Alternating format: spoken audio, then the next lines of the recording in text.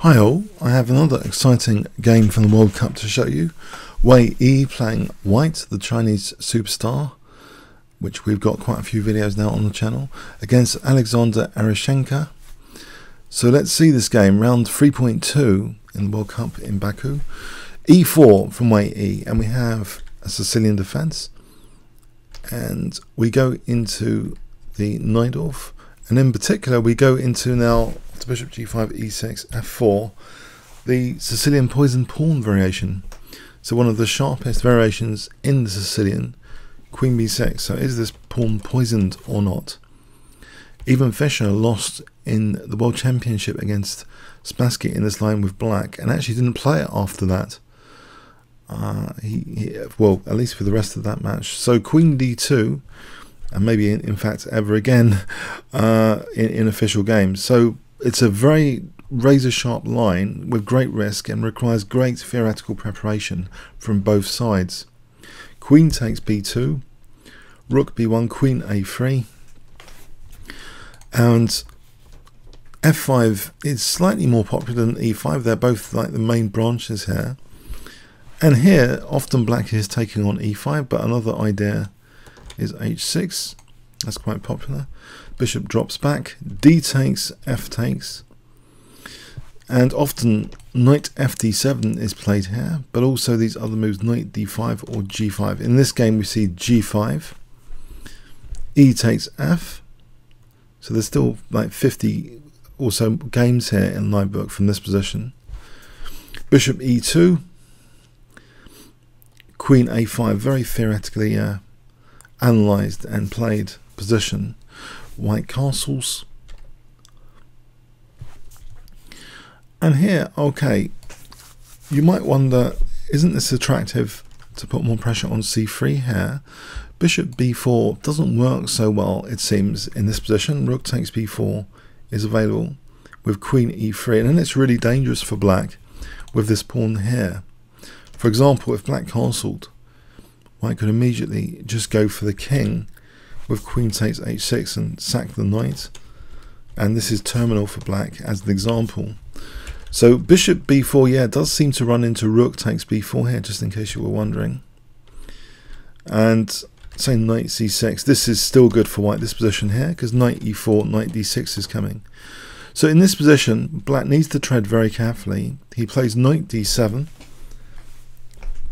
and we see rook bd1 here. Now h3, which seems quite logical to try and weaken this diagonal, because quite often this bishop wants to be on this diagonal later, or maybe like this, wants to get onto that diagonal. Rook bd1, by the way, if you're wondering the theoreticalness of this position, 29 games in live book are with king h1, bishop f3 2 games. And basically, yeah, this has been very rarely seen before, this idea. So this seems to be the innovation move at move 16, rook bd1. It seems to, well, potentially allow black a very promising position. Black does play h3, so we have g3, and here, black does play now, because there's no rook takes b4 as mentioned before, black does play the move bishop b4. It seems quite tempting.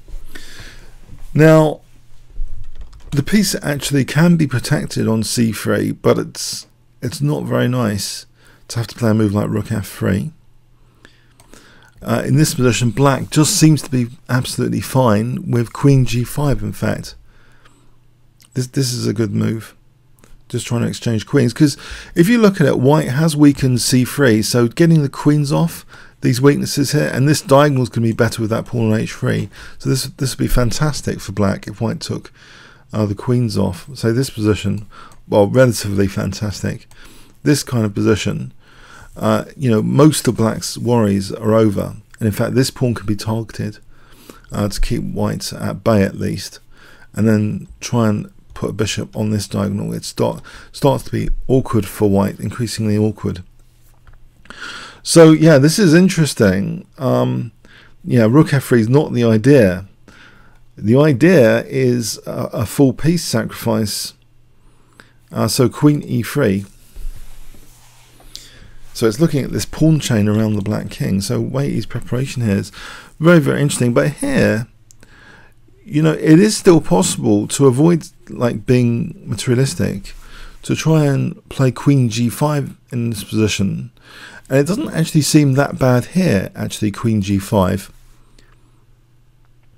Although White could try and persist with this E-file pressure with Queen E4, this position here, and it's tying down this diagonal a bit, Bishop C5, let's have a look at this with Queen E5.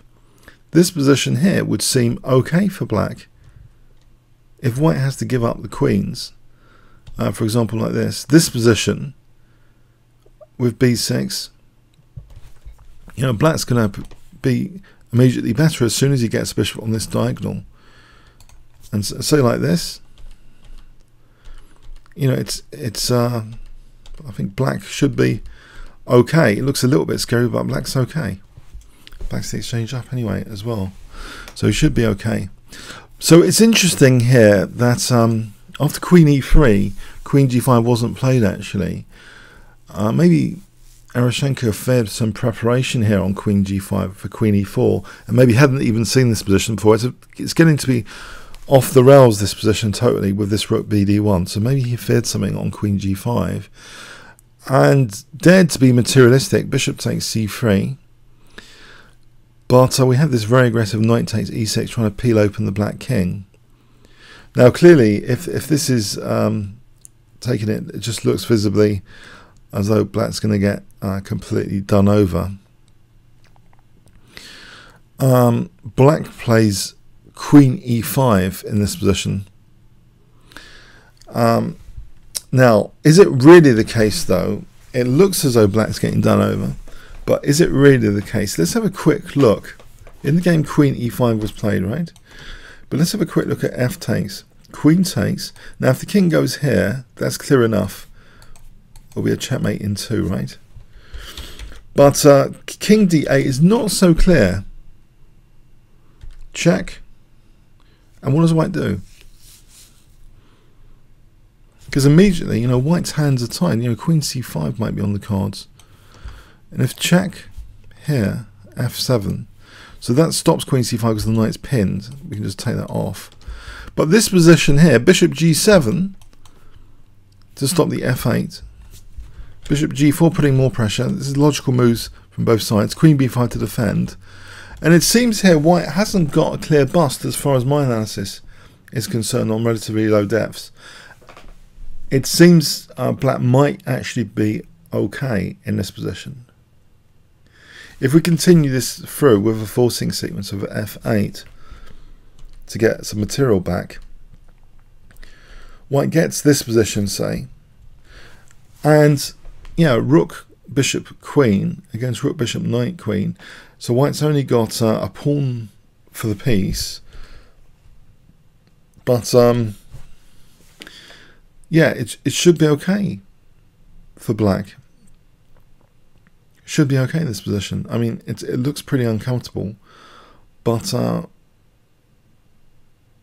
not necessarily like winning or anything for White. So it seems as though Knight takes E6. Maybe the best is to actually take here. Okay, so Black played Queen E5. Now, White sacrificed that knight on C3, yeah, and it seems White can actually just win the rook on A8. It's nothing to do with the king now. It's to do with trying to be material up. Knight C7 check using the pinned queen just to win the rook on A8. So first to take on E5, the queen's hanging here. Queen takes E5. Knight takes A8. And now Knight B6 is threatened in this position. If you look at this position, Black's got to be careful. Because Knight B6, this pawn here on takes, Rook D8 will be checkmate. So Black snaps off this pawn. And materially, Black is a pawn up but the exchange down. Knight B6. And here actually, instead of moving the bishop. This is getting to be quite dangerous if the bishop moves, because there's rook d8. For example, black played king g7. Knight takes c8. Rook takes c8. Rook f5, hitting the bishop. So the exchange up, but isn't it tricky?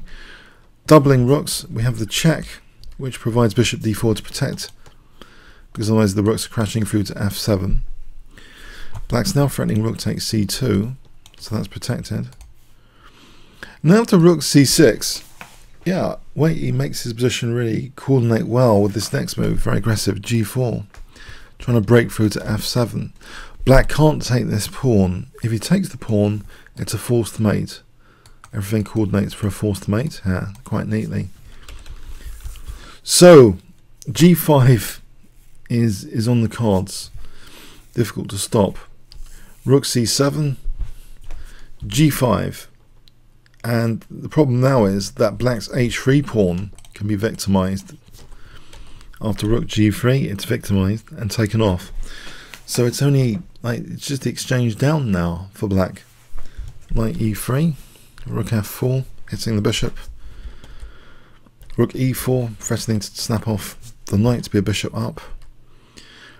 And it all runs like clockwork, forcing moves. Check, check, rook c4, another forcing move. And here, yet another kind of forcing move, bishop g6, just putting more pressure on f7, threatening to take here, and then take the bishop on c5 after, potentially. Or just to put more pressure and then take on f7. And here, actually, black resigned. If black tries to attack the rook, for example, then rook f4 actually might be the best, just to gang up on f7.